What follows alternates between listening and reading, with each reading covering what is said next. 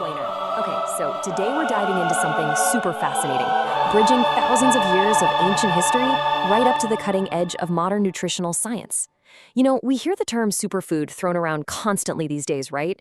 Usually it's attached to some trendy new powder or, I don't know, an exotic berry they just discovered in a remote rainforest. But what if the original superfoods, literally the most nutrient-dense ingredients on Earth, were actually documented millennia ago? We're going to look at the 7 sacred foods God mentioned in ancient texts, exploring what a lot of people are calling God's pharmacy. We'll see how these ancient staples are actually holding up under the microscope of modern science. Trust me on this, you are never going to look at your pantry the same way again. Now, this isn't just your standard picturesque Mediterranean table setting. No, this is what I like to call the ultimate God's pharmacy grocery haul.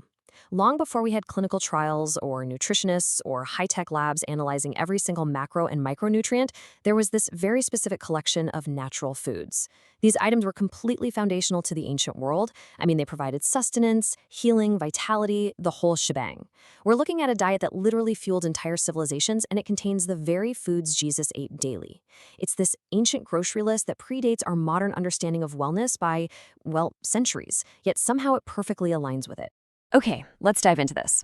What if the world's most powerful superfoods were listed in the Bible thousands of years before modern nutrition even existed?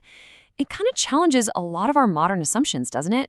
We usually tend to think of ancient peoples as, lacking scientific knowledge, just relying on whatever happened to be growing nearby.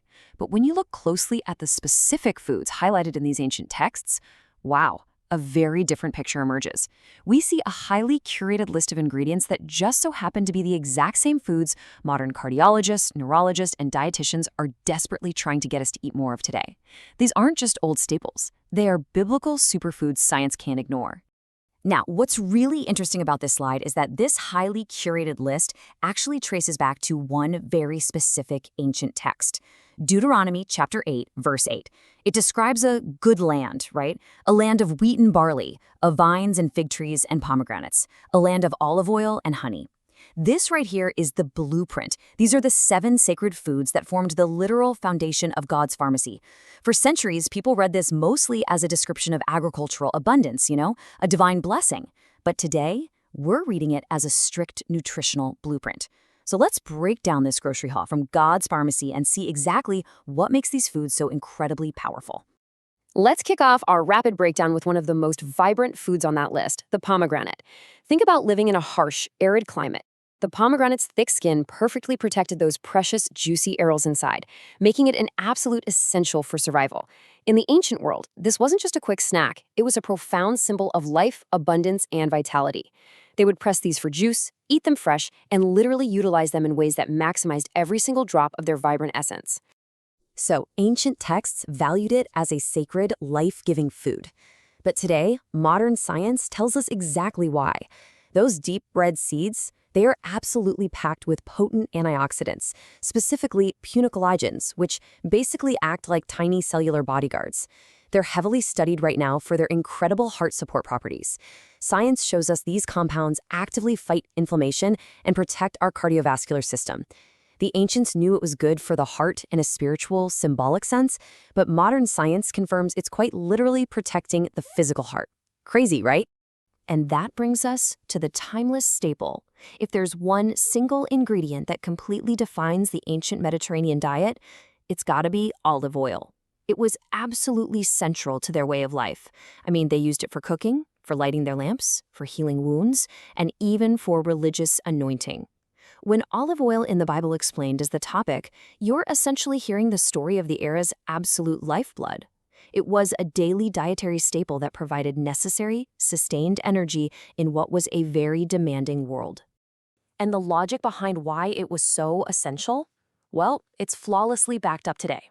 Olive oil is absolutely loaded with healthy fats, specifically monounsaturated oleic acid. Today, we know for sure that these specific fats are the ultimate brain and heart wellness fuel. They reduce inflammation, protect against cognitive decline, and are pretty much the cornerstone of the Mediterranean diet, which, is widely considered the healthiest diet on the planet. The ancients were consuming high volumes of these exact protective fats every single day, keeping their minds sharp and their bodies resilient, without ever needing to know a complicated word like monounsaturated. And this brilliantly illustrates the sheer scale of this ancient wisdom, especially when we look at the barley harvest. Grain was the absolute bedrock of ancient sustenance. But, and this is a big but, they weren't eating the highly processed, stripped-down white flours that completely dominate our grocery store shelves today. No way. They were cultivating and harvesting robust, complex, ancient grains like barley. It was incredibly hard work, requiring a really deep connection to the land and the seasons. But man, the nutritional payoff was massive. So, barley sat comfortably right next to another crucial pantry staple, raw honey. Here's a mind-blowing fact for you. Natural honey never spoils. Like, literally never. Edible ancient honey has actually been found in Egyptian tombs. Put those two together, and they formed this powerhouse combination.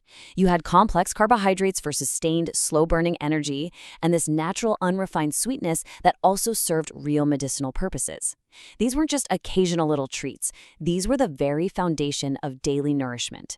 They kept them carefully stored in clay jars and woven baskets, always ready to provide that deep, sustained energy. Let's concisely summarize why this actually matters for you today. Barley isn't just some cheap filler. It's incredibly rich in beta-glucan. That's a specific type of fiber that acts sort of like a sponge in your digestive tract, actively supporting healthy digestion. Plus, it's clinically proven to promote healthy cholesterol levels. Then we have honey. Raw, unfiltered ancient honey provided generations of real nourishment. But way beyond just calories, it's naturally antibacterial and packed with phytonutrients. That's exactly why it was used for traditional wellness support. Soothing throats, treating wounds, and fighting off minor infections way before antibiotics even existed. And all of this brings up a really fascinating philosophy. Maybe ancient people weren't behind it all. Maybe they were just paying attention to what actually worked. We kind of suffer from a lot of chronological snobbery today, don't we? We just assume that newer is always better. But when it comes to human nourishment, centuries of trial, error, and divine direction actually resulted in a pretty perfect diet. They were deeply observant of nature and how specific foods impacted human vitality over generations.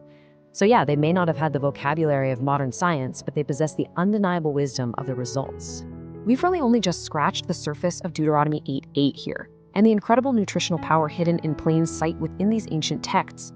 We still have figs, wheat, and the vine to explore, plus so much more context on how these ingredients actually work together symbiotically. But it leaves us with this profound question.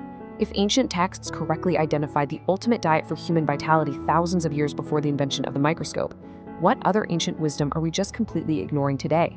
If you found this breakdown fascinating and want part 2 of these biblical superfoods, just comment God's Pharmacy below to unlock the full biblical grocery list.